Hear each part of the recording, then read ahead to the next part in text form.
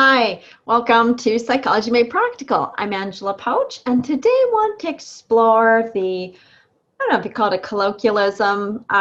It's always darkest before dawn.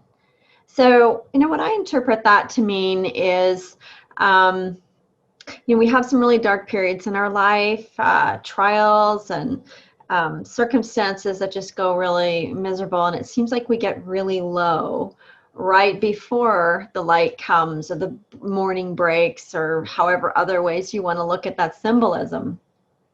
It's also true scientifically speaking. It's true like in the physical realm for sure. Quite often it seems like it gets really dark in the evening, like in the early hours of the morning. It's also coldest before dawn. Not sure if that has anything to do with it. It just seems really dark. And then all of a sudden you get that little peak of light.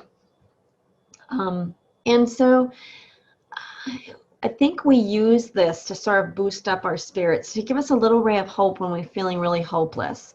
I think it's a great tool to use because hopelessness, it's a very dark place, and it feels 100% real in the moment that we're feeling it. It's a very, very skilled con artist. Really makes us believe that we truly are without hope.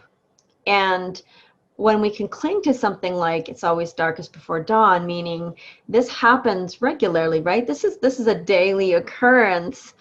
This is something that happens, maybe not emotionally daily, but it's a repeating pattern. And so we can go, okay, wait a minute, have I ever felt this way before? Ever felt this dark before?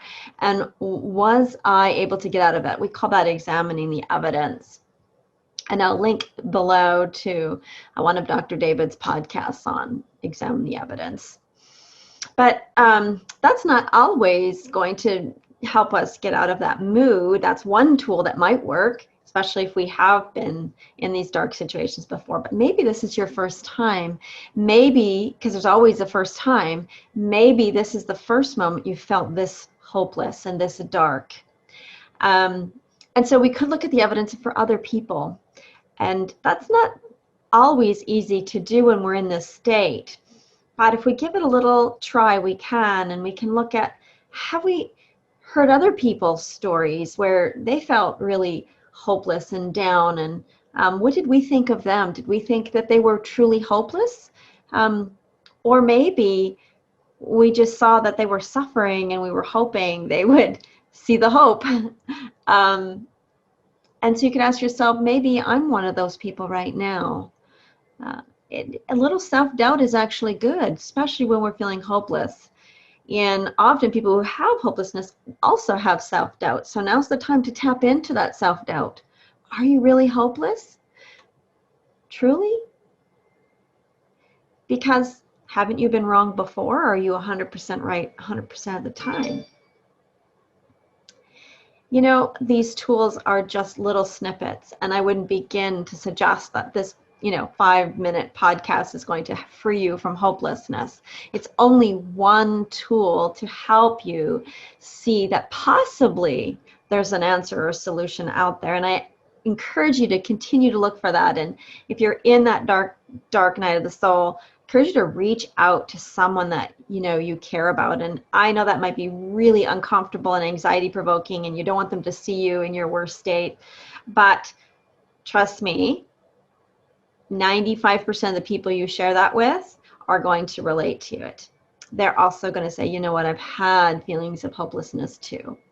So please reach out to a friend, and if you need extra support, reach out to a counselor, a therapist. The Feeling Good Institute, I highly recommend.